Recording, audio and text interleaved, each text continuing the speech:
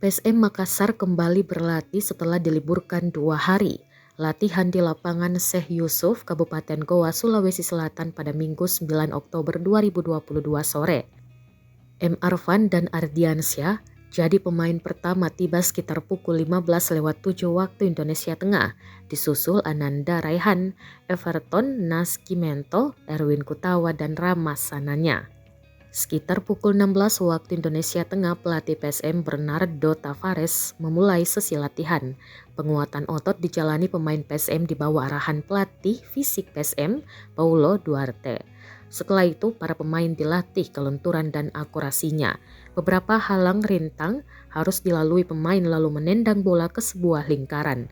Kemudian Bernardo Tavares mematangkan strateginya. Para pemain menjalankan pola permainan dan aliran bola dari kiri ke kanan, serta ditutup dengan penyelesaian akhir.